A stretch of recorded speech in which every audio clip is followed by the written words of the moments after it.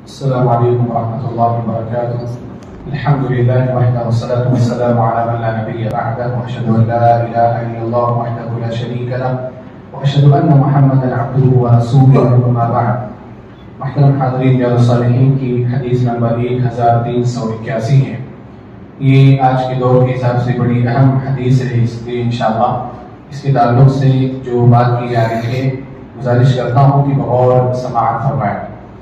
امام نووی رحمہ اللہ نے فرمایا وعن عبداللہ بن عمرو بن العاص رضی اللہ تعالی عنہما، عبداللہ بن عمرو بن عاص رضی اللہ تعالی عنہما سے روایت ہے، آپ فرماتے ہیں ان النبی صلی اللہ علیہ وسلم قال کہ نبی صلی اللہ علیہ وسلم نے فرمایا بلغوا عنی ولو آیہ، میری طرف سے لوگوں کو احکام الہی پہنچا دو، اگرچہ ایک آیت ہی ہو، یعنی اگرچہ آپ نے ایک آیت ہی سیکھی ہو تو لوگوں تک اس کو پہنچا دو. وحدثوا عن بنی اسرائیل ولا حرج، اور بنو اسرائیل کی روایتیں، بنو اسرائیل کے قصے اور کہانیاں بیان کرو، اس میں کوئی حرج کی بات نہیں ہے. ومن كذب علي متعمدا فليتبوأ مقعده من النار، اور جو شخص مجھ پر جان بوجھ کر جھوٹ بولے اس کو چاہیے کہ وہ اپنا ٹھکانہ جہنم میں بنا لے. رواہ البخاری، اس حدیث کو امام بخاری رحمہ اللہ نے روایت کیا ہے. صحیح بخاری کی حدیث ہے اور بڑی اہم حدیث ہے. اس کا ایک ایک جملہ بڑا اہم ہے. یہ جو حدیث ہے یہ 4 یا 3 جملوں پر مشتمل ہے. جو پہلا جملہ ہے جو نبی علیہ السلام نے بیان فرمایا کہ بلغوا عنی ولو آیہ، کہ میری جانب سے لوگوں کو ایک بات بھی پہنچا دو، اگرچہ یعنی تم نے ایک آیت ہی سنی ہو، سمجھی ہو، تو اس کی تبلیغ تم لوگوں تک کرو، اس کو لوگوں تک پہنچا دو. اس حدیث میں ہم سب کو اس بات کا حکم دیا گیا ہے کہ ہم جو بھی اللہ اور اس کے رسول صلی اللہ علیہ وسلم کی باتیں سنتے ہیں اس پر خود ہمیں عمل کرنا چاہیے، اور اس پر عمل کرنے کے بعد اس کو دوسروں تک پہنچانا چاہیے. جیسے ابھی آپ یہ حدیث سن رہے ہیں، آپ نے یہ حدیث سنی، آپ اس کو صحیح سے سمجھنے کی کوشش کریں، اور اس کے بعد جو آپ کے گھر والے ہیں، جو آپ کے ملنے جلنے والے ہیں، آپ ان کے سامنے جا کر کے بیان کریں کہ آج میں مسجد میں یہ حدیث سن کر کے آیا، اس کا مفہوم یہی. اس حدیث کا اصل مفہوم اور اصل مقصود یہی ہے. آج کل کچھ لوگ اس حدیث کو ایک غلط معنی میں استعمال کر رہے ہیں، اور وہ یہ ہے کہ بعض لوگ عالم نہیں ہیں، علم نہیں ہے، پھر بھی مبلغ بنے پھر رہے ہیں یا داعی بنے پھر رہے ہیں، اور اس کے لیے وہ اس طرح کی حدیثوں سے استدلال کرتے ہیں جن کو آج کل کے زمانے میں بردرز کہا جاتا ہے. یہ جو بردرز کا جو فتنہ ہے، یہ فتنہ بہت زیادہ مضبوط ہو چکا ہے، بہت زیادہ بڑھ چکا ہے. آپ دیکھیں کہ بہت سارے لوگ ایسے ہیں جن کو بردرز اور عالم میں فرق معلوم نہیں، اور وہ یہ سمجھتے ہیں کہ ہر وہ شخص جو بول لیتا ہے، جو تقریر کر لیتا ہے، وہ عالم ہے. حافظ سیوطی رحمہ اللہ نے یہ جاہلوں کی نشانی بتائی. آپ نے فرمایا کہ العالم عند العوام من صعد المنبر، عوام کے نزدیک ہے، جاہل عوام کے نزدیک عالم کون ہوتا ہے؟ جو ممبر پر چڑھ کر کے لچھے دار تقریریں کر جائے، جو باتوں کو گھما پھرا کر کے جو بولے نا، ایسا بولے کہ پھر آپ سنتے چلے جاؤ. بہت سارے مقررین ہیں یوٹیوب پر، میں کسی کا نام نہیں لوں گا یہاں پر، لیکن آپ سب اشارہ سمجھتے ہیں. بہت سارے ایسے ہیں کہ جن کو آپ سنو تو سنتے چلے جاؤ، لیکن ان کی باتوں میں باطل رہتا ہے، ان کی باتوں میں جھوٹی حدیثیں رہتی ہیں، ان کی باتوں میں جھوٹے قصے رہتے ہیں. تو ایسے لوگ ہیں جن سے ہوشیار رہنا ضروری ہے. تو ہمارے یہاں ہندوستان میں خاص طور پر یہ بردرز کا فتنہ چلا ہوا ہے بہت زیادہ. یعنی بردرز ان لوگوں کو کہا جاتا ہے جو عالم نہیں ہے، جنہوں نے علم کے لیے اپنی زندگی کو وقف نہیں کیا، مدرسوں سے علماء سے بیٹھ کر کے علم حاصل نہیں کیا، پھر بھی وہ دوسروں کو علم سکھانے کے لیے اپنے آپ کو انہوں نے در پہ لگا دیا. اور بردرز کا یہ جو فتنہ ہے، بردرز کا لفظ ہی آپ دیکھیں، یہ بردرز کا جو لفظ ہے یہ بھی ایک سازش ہی نظر آتی ہے، کیونکہ قومی رہنما کے لیے یعنی علماء کے لیے بردرز کا لفظ مسلمانوں میں کبھی بھی استعمال نہیں کیا گیا اور نہیں کیا جا سکتا. وجہ کیا ہے کہ یہ لفظ کرسچن استعمال کرتے ہیں. کرسچن یعنی عیسائیوں کے یہاں آپ دیکھیں کوئی بردر ہوتا ہے، کوئی سسٹر ہوتا ہے، کوئی فادر ہوتا ہے، یہی سب القاب سے وہ لوگ ایک دوسروں کو پکارتے ہیں. فلاں بردر صاحب آ رہے ہیں، فلاں سسٹر صاحبہ آ رہی ہیں. اور جو پوپ رہتا ہے، جو چرچ کا جو امام، پیش امام جو رہتا ہے، اس کو فادر کا لقب دے دیا جاتا ہے. تو یہ اس طرح کی اصطلاحات کرسچنز کی، عیسائیوں کی، مسلمانوں کو کس نے داخل کیا؟ یہ بھی ایک فتنے کی بات ہے. اصل جو آپ کو دین سکھانے والے ہوں گے وہ ایک ہی ہوں گے، اور وہ کون ہوں گے؟ علماء ہوں گے. اور یہاں پر کچھ لوگ داعی اور عالم میں بھی فرق کرتے ہیں کہ فلاں داعی صاحب ہیں اور فلاں عالم صاحب. اگر کوئی شخص عالم نہیں ہے تو وہ داعی ہو ہی نہیں سکتا. علم کے بغیر دعوت کیا ہوگی؟ آپ کو اگر نہیں معلوم تو آپ کیا لوگوں کو دعوت دیں؟ آپ کو اگر نماز کا طریقہ نہیں معلوم ہے اور آپ کو بیٹھا دیا جائے کہ بھائی نماز کا طریقہ آپ بتائیں، کیا بتائیں گے آپ لوگوں کو؟ بھائی مجھے بھی نہیں آتا، یہی بولیں گے، آپ اس سے زیادہ کیا بول سکتے؟ تو عالم یہی داعی ہوتا ہے اور یہی لوگوں کی رہنمائی کا کام کر سکتا ہے. اور بڑے افسوس کی بات ہے کہ بہت کم لوگوں کو اس بات کی سمجھ آتی ہے. من یرید اللہ بہ خیرا یفقہہ فی الدین، وہ حدیث گزری نا کہ اللہ رب العالمین نے اگر اس طرح کے معاملات میں دین کی سمجھ کسی کو دے دی نا تو اس کے ساتھ اللہ نے خیر کا ارادہ کیا. یعنی اگر آپ کو یہ جو منہج کی باتیں سمجھ میں آ گئی ہیں تو آپ بہت بہترین انسان ہیں. ورنہ بڑے پڑھے لکھے لوگ 60 سال 70 سال کتاب و سنت کا نام لیتے گزر جا رہے ہیں لیکن ابھی بھی ان چیزوں میں فرق نہیں کر پا رہے.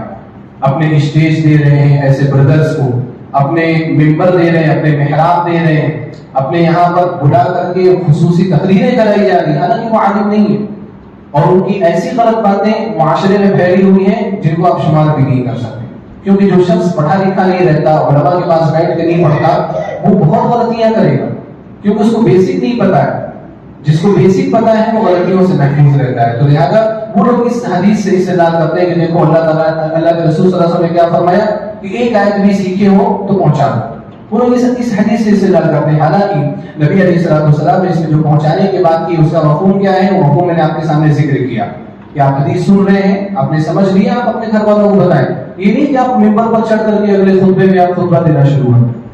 جو علماء جو منع کرتے ہیں وہ اس چیز سے منع کرتے ہیں کہ آپ اپنے آپ کو ایسے داعی کے طور پر آپ اپنے آپ کو پیش نہ کریں اگر آپ کے پاس علم نہیں ہے.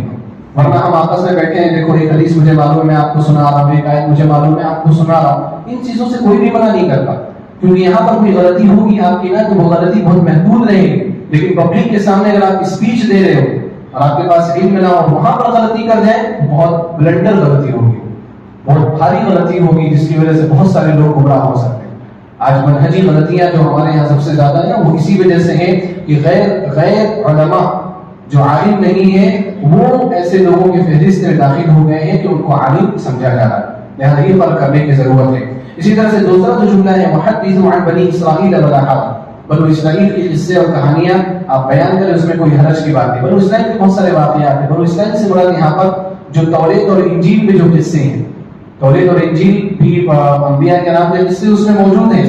تو ہمارے علماء نے بھی ان قصوں کو بیان کیا ہے، تفسیر کی کتابوں میں ان قصوں کو بیان کیا جاتا ہے.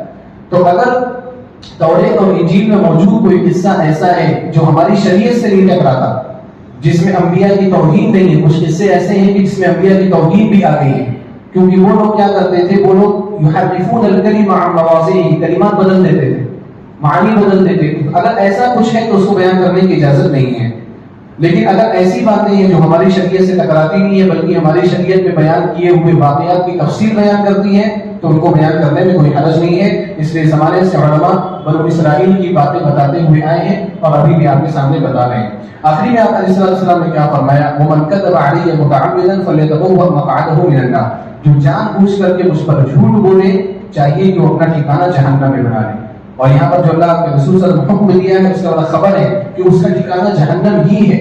اور یہ پہلے والے جملے سے کنیکٹڈ ہے کہ اگر آپ ایسی بات اللہ اور اس کے رسول کی طرف منسوخ کر کے بتاؤ گے جو اللہ اور اس کے رسول کی بات نہیں ہے تو ایسے شخص جہنم میں جانے والا.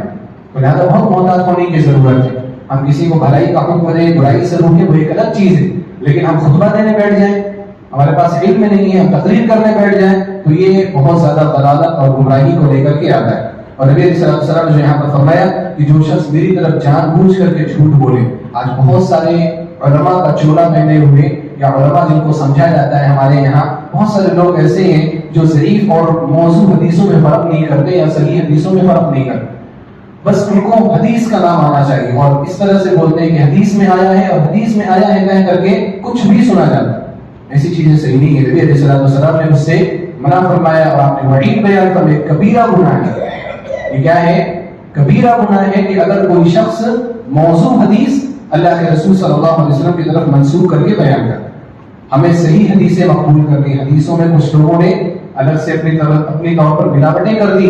علماء نے ان کو الگ الگ کیا ہے کہ یہ صحیح ہے، یہ ضعیف ہے، یہ موضوع ہے اور یہ آپ سنا سکتے ہیں. تو ان حدیثوں میں فرق کرنا ضروری ہے. میں اپنی بات بتا رہا ہوں کہ جب ہم لوگ خطبہ تیار کرتے ہیں، تقریر تیار کرتے ہیں، درس تیار کرتے ہیں، بہت سارے واقعات ہمارے سامنے اچھے آتے ہیں جو اگر آپ کو بیان کیے جائے نا تو آپ کی آنکھوں سے آنسو جاری ہو جائیں گے، آپ کے دل میں آپ کا ایمان بڑھ جائے گا، لیکن وہ سب واقعہ ہم چھوڑ دیتے ہیں۔ وجہ کیا ہے کہ وہ صحیح سند سے ثابت نہیں ہوتے۔ اسی وجہ سے یہ کہا جاتا ہے کہ ہم لوگ ان لوگوں کی تقریروں میں جس سے کہانیاں نہیں ہوتی یا ویسی تقریریں نہیں ہوتی۔ تو ویسی تقریریں کیوں نہیں ہوتی؟ کیونکہ ہم شریعت کی صحیح بات آپ کو سنانے کی کوشش کرتے ہیں، اور شریعت کی صحیح بات کتاب و سنت سے ہٹ کر کے کچھ اور نہیں ہو سکتی۔ اور ایک بات یاد رکھیں کہ اللہ کے کلام میں اور رسول اللہ صلی اللہ علیہ وسلم کے فرمان میں جو طاقت ہے وہ کسی قصے اور کہانی میں نہیں ہو سکتی۔ اللہ اور اس کے رسول صلی اللہ علیہ وسلم کے فرمان کی وجہ سے آج الحمدللہ لوگ توحید کی دعوت کو قبول کر رہے ہیں۔ جس سے ہم نہیں سنا رہے، ہم مبالغہ والی باتیں نہیں سنا رہے، لیکن پھر بھی کیوں لوگ منہج کو سمجھ رہے ہیں؟ وجہ یہ ہے کہ وہ کتاب و سنت کی برکت ہے کہ ہم قرآن کریم کی آیت کی تفسیر کرتے ہیں اور صحیح احادیث آپ لوگوں کے سامنے پیش کرنے کی کوشش کرتے ہیں۔ تو یہ وہ چند باتیں ہیں جن کے بارے میں نے شروع میں کہا تھا کہ ہمارے معاشرے کے لحاظ سے بہت اہم حدیث ہے، جس کو ہمیں بار بار پڑھنا چاہیے، سمجھنا چاہیے اور صحیح منہج کو جاننے کی اور اس پر گامزن ہونے کی کوشش کرنی چاہیے۔ اللہ سبحانہ و تعالی ہمیں صحیح منہج کو سمجھنے کی توفیق عطا فرمائے۔ آمین۔ وآخر دعوانا الحمدللہ رب العالمین۔ والسلام علیکم ورحمۃ اللہ۔